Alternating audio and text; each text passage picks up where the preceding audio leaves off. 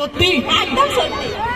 ওই চাচি ফুফু খালা ওরাকে কবি না তো? এখানে চাচি ফুফু খালা ভাই বোন কাউকে কহবো না বল। আগে আল্লাহর কি রাখা এটা খাওয়া যাবে না, বাট আমি বলবো না। বলবি না? না, একদম না। কই চিনু কি এই আমি যখন না এই কালিয়াচক মোড়ে বুঝলি ওই চৌরঙ্গি না কি কয় না ওই ট্রাফিক মোড়ে খাড়িয়েছিল, তখন কি হলো? হাট লজ্জা লাগছে। এ নিশ্চয়ই প্রেমে পড়েছে ভাই, বল ভাই বল। লজ্জা লাগছে আর আরে কাউকে বলবো না, কোনো ব্যাপার না, লজ্জার কোনো ব্যাপার নেই। সবাই শুনতে চায় কিন্তু কেউ শুনছে না, বল।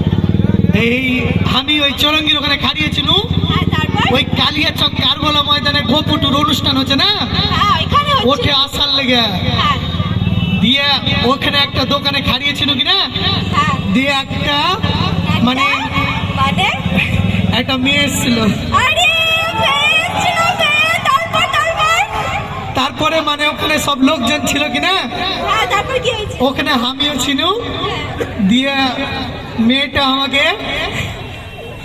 মেয়েটাকে এক্সকিউজ মি বলেছে। হায় আল্লাহ, এক্সকিউজ মি বলে তো যদি এরকম করে তো কি আই লাভ ইউ বললে কি করবি তুই? মানে এক্সকিউজ মি মানে ভালোবাসি লয়।